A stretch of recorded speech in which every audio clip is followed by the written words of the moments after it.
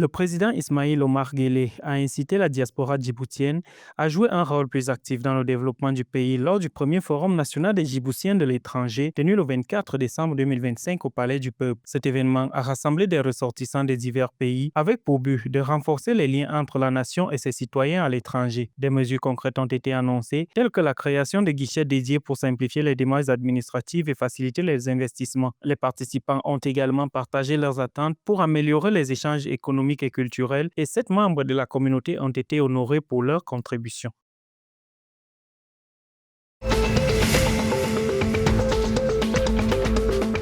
Wakenya. Le président William Ruto a adressé un message de Noël aux citoyens, saluant leur résilience face aux défis de 2025 et leur souhaitant de joyeuses fêtes ainsi qu'une bonne année 2026. Il a appelé à la prudence durant les déplacements festifs, insistant sur la sécurité routière afin d'éviter des pertes inutiles. Ce message intervient alors que les autorités renforcent les campagnes de prévention. De son côté, le ministre des Routes, David Chirchir, a exhorté les voyageurs à utiliser des transports agréés, à respecter le code de la route et à coopérer avec les forces de l'ordre, rappelant que la sécurité routière est une responsabilité collective.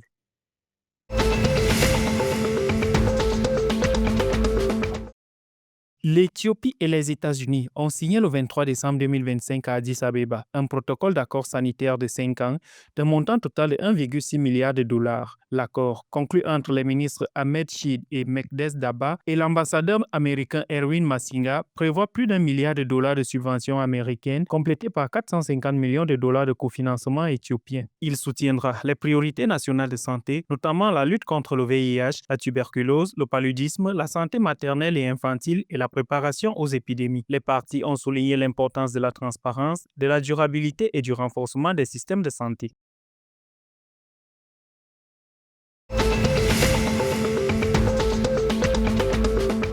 Stella Rusine Nteziriayo a été nommée directrice générale de la Banque de développement du Rwanda, succédant à Kampeta Pichete Sayinoziga. Sous l'ancien mandat, la Banque de développement du Rwanda a vu ses actifs passer de 157 milliards à plus d'1,2 trillion de francs rwandais et son portefeuille de prêts de 167 à 710 milliards de francs rwandais, tout en générant un bénéfice annuel de 22,8 milliards de francs rwandais. La banque a soutenu l'électrification de 500 000 foyers, l'augmentation des exportations et émis sa première obligation durable. Nteziriayo, économiste-chef et experte en finances publiques et durables, poursuivra le développement stratégique de la BRD dans les infrastructures, l'énergie, l'industrie et la finance verte.